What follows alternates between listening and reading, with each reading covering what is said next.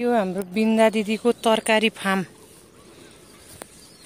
यहाँ चाहिँ टमाटरले फुल खेलिरहेछ।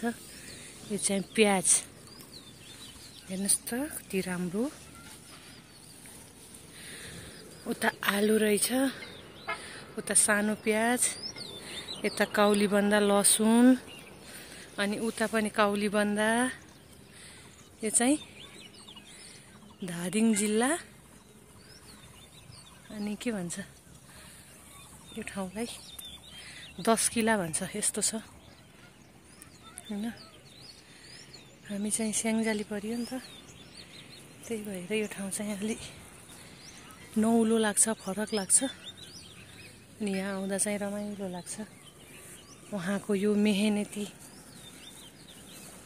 गरेर मेहनत गरेर गर्नुभएको कामहरूलाई हेर्दा एकदम खुसी लाग्छ। उहाँ गर्दै हुनुहुन्छ बिन्दा दिदीले, लसुन निकाल्दै हुनुहुन्छ होला। यो काउली त मरेछ, यता नि मरेछ। यो चाहिँ बिग्रेको काउली गाइस। यहाँ बेसरी काउलीहरू हुन्छ, पहिला हुन्थ्यो।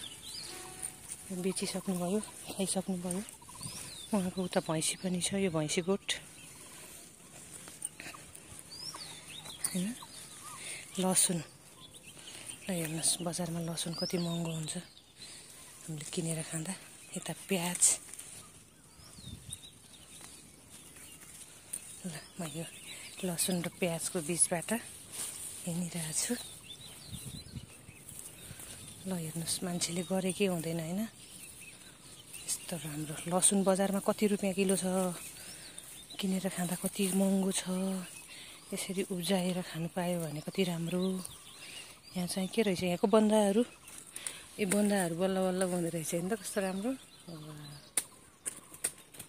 बन्दाको बच्चा निक्लँदै रहेछ यहाँबाट। उता निक्लिसकेको भन्दा नि रहेछ।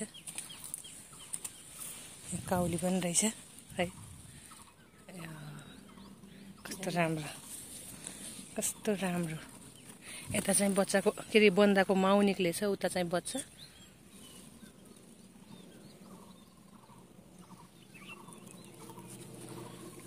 यो के हजुरहरूको यो ठाउँलाई के कति नम्बर वडा हो कि गाउँपालिका के हो यो?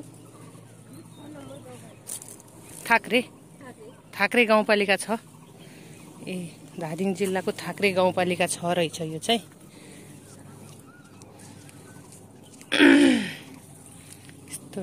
यस्तो राम्रो बिन्दा दिदीको तरकारी फार्म कति राम्रो। ल उता जाँदै हुनुहुन्छ उहाँ। उहाँको मेहनती हातलाई सलाम छ, सलाम।